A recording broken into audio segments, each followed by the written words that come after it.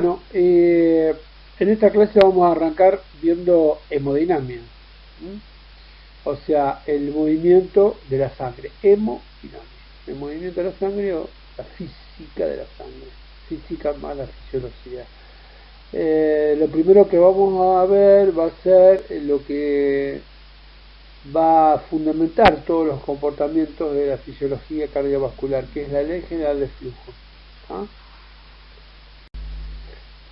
Esta ley general de flujo puede interpretarse físicamente y fisiológicamente. Básicamente la física establece que el flujo que se genera en un sistema hidráulico, donde la resistencia al flujo permanece constante, es directamente proporcional la fuerza conductora al flujo, fuerza conductora o diferencia de presión, ¿tá? E inversamente proporcional a la resistencia ejercida. A ver, imaginen un sistema de caños con una longitud determinada, 20 metros de caño. Esa longitud va a permanecer invariable en ese sistema. Imaginen que estos caños están compuestos por caños de 4 centímetros de radio, constante porque son tubos rígidos. Por lo tanto, una vez establecido el radio como un factor, permanece constante a lo largo del sistema. Y pensemos que dentro de este circuito hidráulico fluye un líquido. Y después podemos discutir si un líquido ideal o real. En el caso de un líquido ideal, no tiene viscosidad, por lo tanto, la resistencia estaría determinada solamente por el radio y la longitud. Y en un líquido real, estaría determinado por la viscosidad como tercer factor.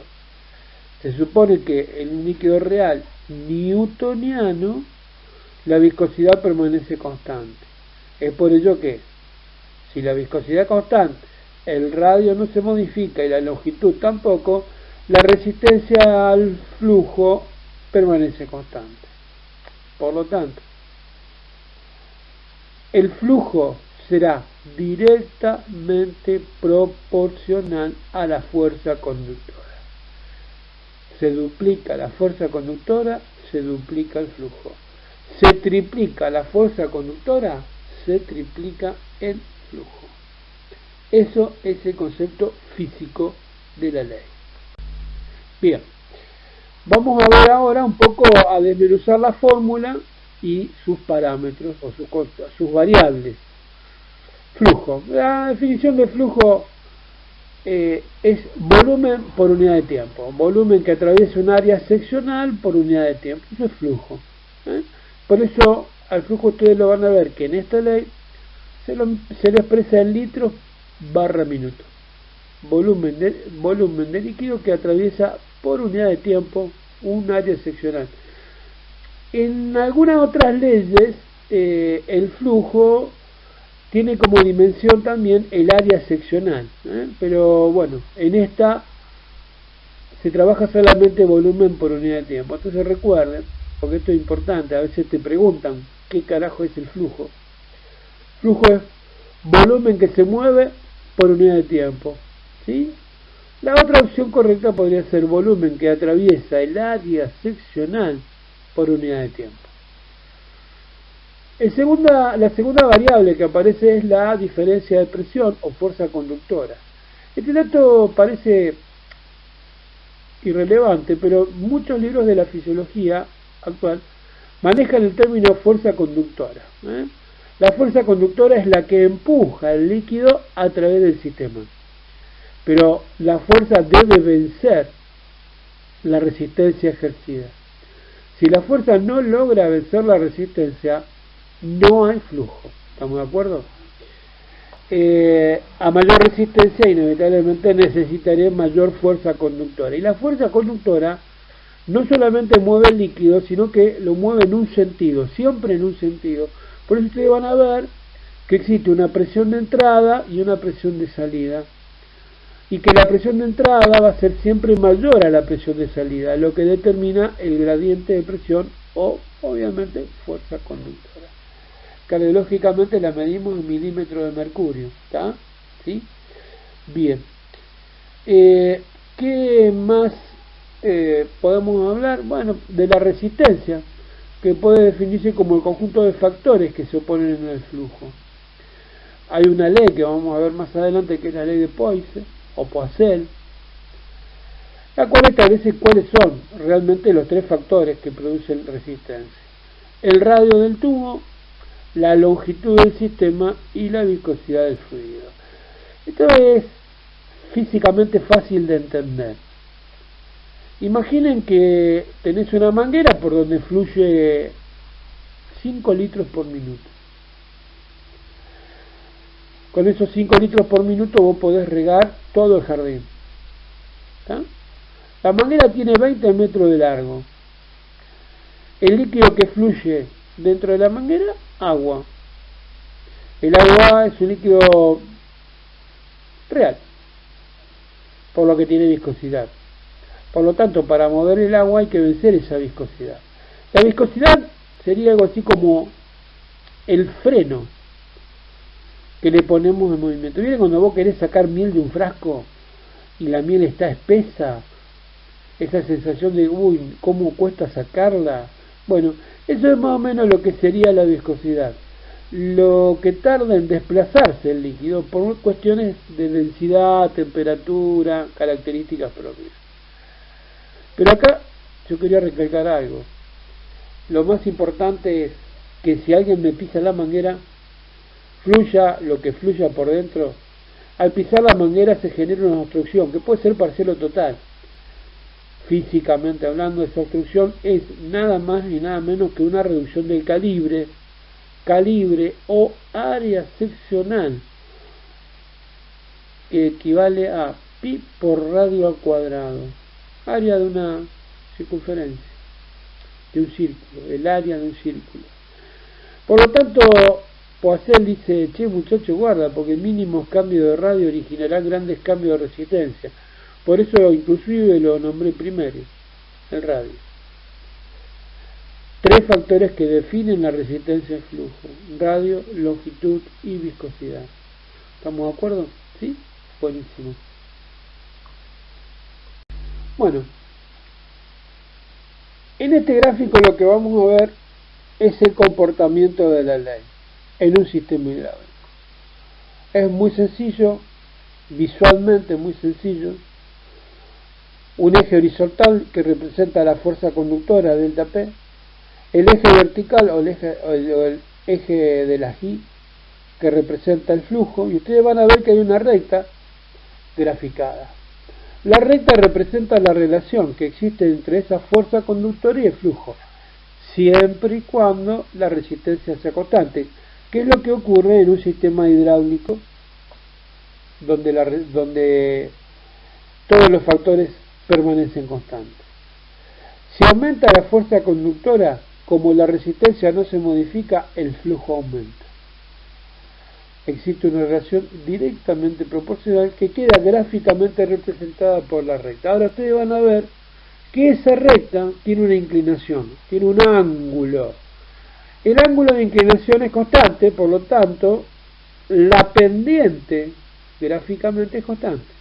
Bien, esa pendiente gráfica representa la resistencia, que permanece constante a lo largo del circuito.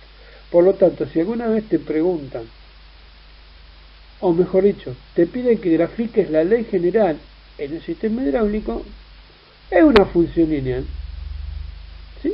Sencilla, una recta donde la misma representa la relación directamente proporcional entre fuerza conductora y flujo, y la pendiente representa gráficamente lo que vemos como la resistencia al flujo. No hay mucha ciencia. Bien, a ver si empezamos a manejar esto, porque esto nos va a permitir entender cómo funciona el aparato cardiovascular. ¿Por qué decimos que es una ley? Porque no puede ocurrir otra cosa que no sea lo que la ley plantea. Así como existe una ley de la gravedad que dice que si yo tiro un cuerpo, el cuerpo cae con una aceleración de 980 centímetros sobre segundo, todos los cuerpos caen con la misma velocidad o aceleración. Bien. La ley general de flujo plantea tres condiciones, tres cosas. La primera, esto es un orden relativo, pero lo primero que podemos plantear es, si la resistencia en un sistema permanece constante, o sea que no se modifica ni radio, ni longitud, ni viscosidad, el flujo en ese sistema crecerá en forma directamente proporcional a la fuerza conductora. Cuanto más presión de entrada genere, mayor flujo se producirá. Relación directa entre flujo y delta P, directamente proporcional. Bien. Si hablamos de la resistencia, si por algún motivo la resistencia aumenta, o la otra, si comparo dos sistemas hidráulicos con resistencias diferentes, si yo quiero que el flujo permanezca constante, deberé incrementar la fuerza conductora. O sea que a mayor resistencia, mayor fuerza conductora. Esto por ahí, a veces por ahí no se entiende muy bien. Imagínense que te compras una casa nueva, que tiene una disposición de caño, que tiene tantos metros de caño, con un calibre o radio determinado, y por donde siempre va a fluir agua. Y por algún motivo determinado, en algún momento decidís que en vez de pasar agua pase, no sé, inventamos, cerveza. De paso, ¿no? Claro, el líquido agua y el líquido cerveza tienen distinta viscosidad, por lo tanto hablamos de que ya en un sistema hidráulico de igual longitud e igual radio, lo que cambió era viscosidad.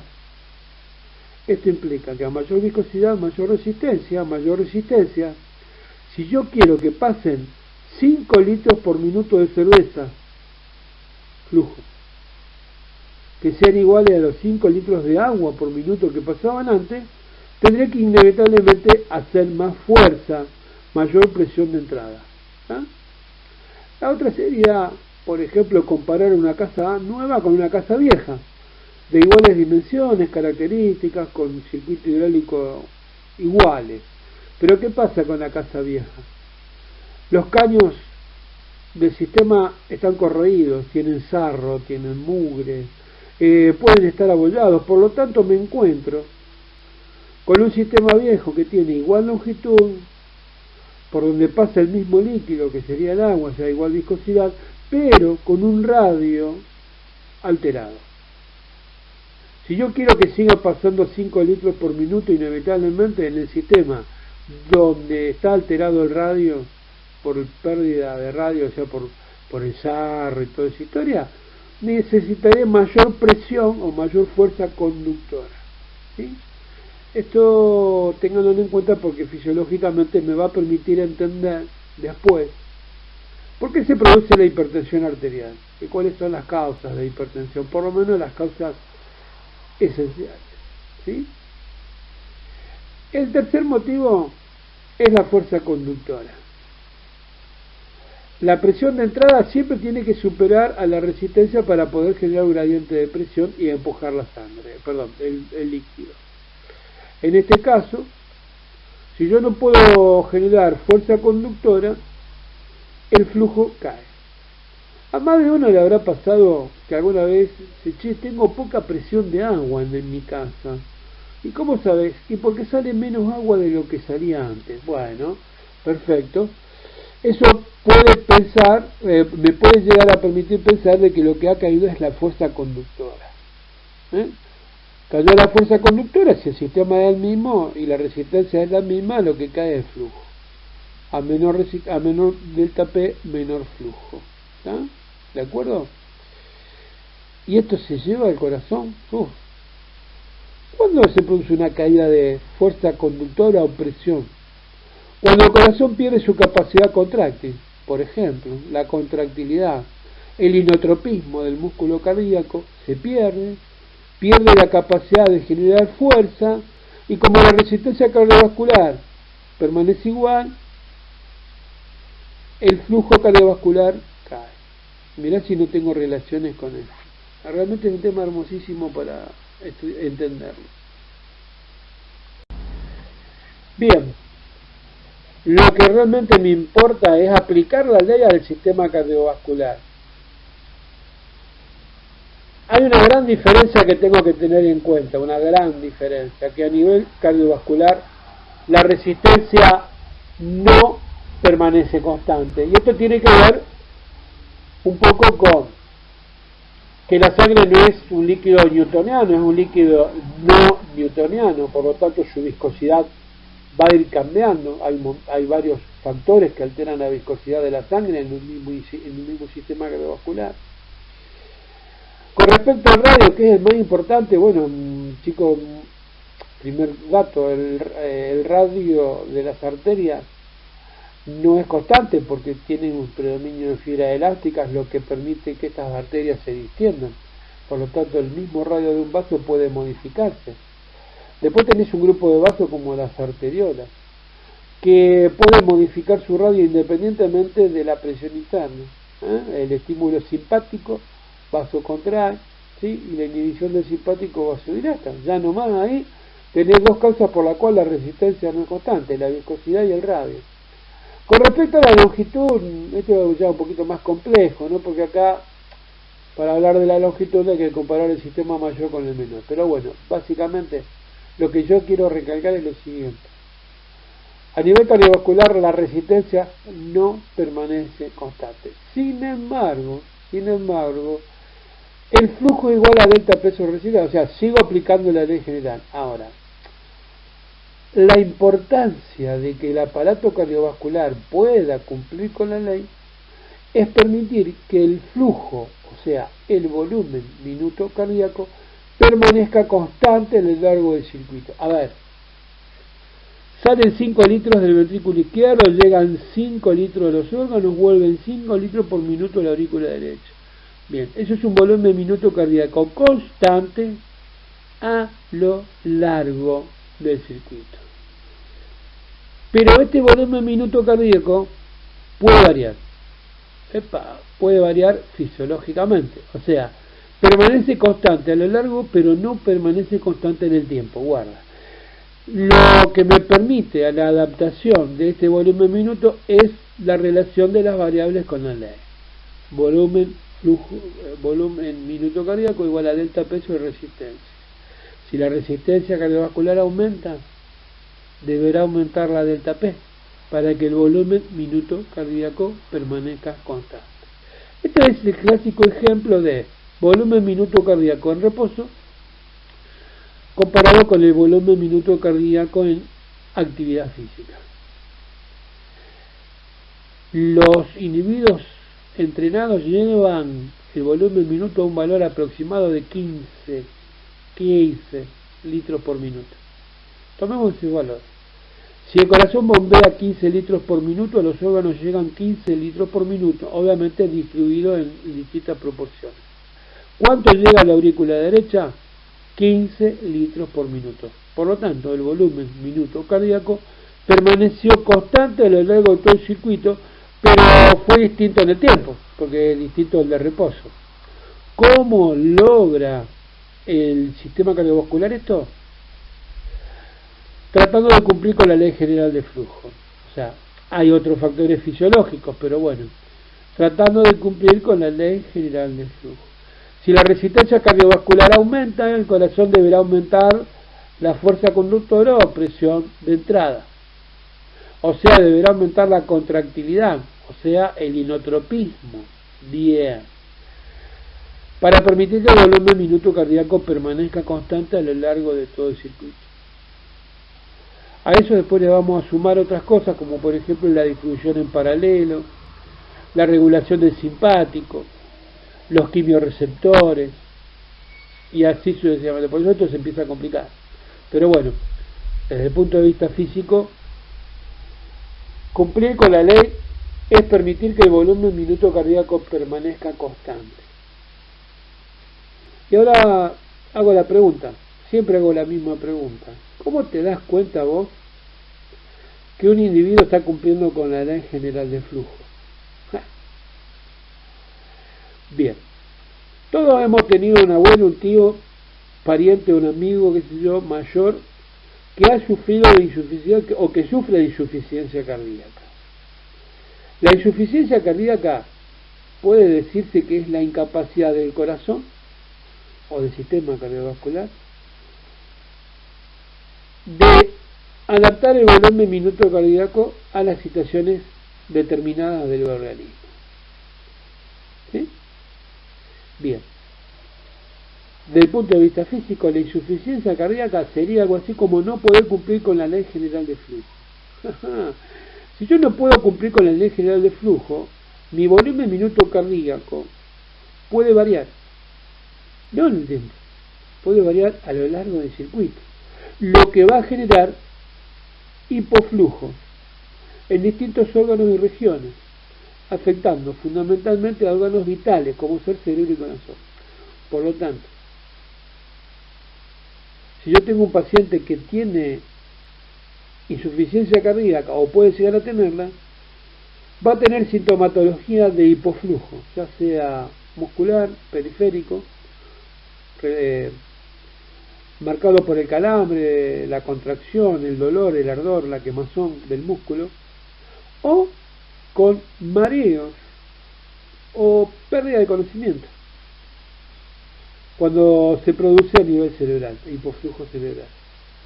Y bueno, ni hablar si el hipoflujo que se produce a nivel corazón, porque lo que puedo llegar a tener es una angina de pecho, una isquemia transitoria o un infarto. Bueno, esto lo vamos a ir viendo, es realmente apasionante, realmente apasionante. Recuerden, la ley general del flujo permite a nivel cardiovascular que el volumen minuto cardíaco siga permaneciendo constante y garantizar de esta manera que todos los órganos reciban el flujo que merecen o que necesitan. ¿De acuerdo? Bueno, un poco la comparación de la ley general de flujo en un sistema hidráulico con el sistema cardiovascular. La ecuación es la misma. Flujo igual a delta P sobre resistencia. Bien, ahora flujo se reemplaza por volumen minuto cardíaco. Flujo cardiovascular, medido en litros por minuto. La delta P o fuerza conductora es la diferencia de presión entre la presión arterial media y la presión venosa central. Presión de entrada menos presión de salida sobre la resistencia. ¿Está? Miren el gráfico de la izquierda del sistema hidráulico. La gráfica es una recta porque la resistencia es constante. Miren el gráfico de la derecha.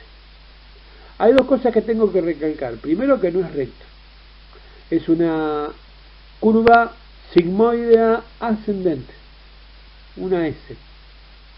Asciende, porque a medida que aumenta la delta P aumenta el volumen minuto, pero no lo hace en forma directamente proporcional, lo hace en forma proporcional. ¿Por qué?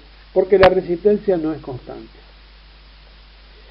Y hay otro detalle gráfico, yo no sé si en el gráfico se nota bien, la recta arranca de cero,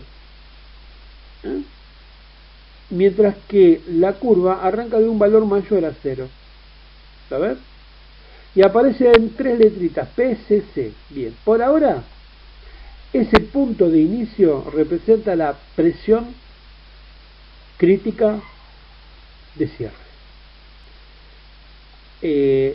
No vamos a decir más nada ahora porque esto viene con un temazo después, que es presión transmural y toda esa historia. Pero recuerden esto, a nivel cardiovascular yo necesito mínimamente una presión para mantener abiertos los vasos, de ahí para arriba. Es distinto un tubo hidráulico, un tubo rígido, donde si no hay líquido el tubo permanece abierto igual. Acá, los vasos sanguíneos, si no tienen presión, o sea, si no tienen sangre, los vasos se cierran. ¿Estamos? Bien, lo último de esta clase. A ver si se logra entender un poquito. Hicimos un esquemita de un tubo, una flecha de entrada, una flecha de salida que representa el sentido del flujo, un flujo inicial y un flujo final. Hay un error en la diapositiva, dice flujo inicial y final. En realidad, flujo inicial y del otro lado flujo final. ¿Estamos de acuerdo? El inicial y el final son iguales, porque el volumen minuto cardíaco permanece constante a lo largo del circuito. Para lograr esa constancia necesito vencer una resistencia originada por el radio, la longitud y la viscosidad, según Poiseuille o Poiseuille, y un gradiente de presión o fuerza conductora, dada por una presión de entrada y una presión de salida. La presión de entrada o presión arterial media mayor a la presión de salida o presión venosa de entrada. ¿Estamos de acuerdo? Porque acá el que hace fuerza para conducir la sangre es el ventrículo izquierdo. ¿Sí? Esto podría relacionarse con trabajo mecánico. Esto puede permite entender perfectamente el trabajo cardíaco y mecánico. Desde el punto de vista cardiovascular, el trabajo mecánico alcanza su máxima eficacia porque el flujo de sangre se mueve desde los ventrículos hacia los auriculares. Lo que se mueve es un volumen de sangre. ¿De acuerdo? Por eso el trabajo cardíaco, que es volumen sistólico por fuerza conductora, alcanza su máxima eficacia en este punto.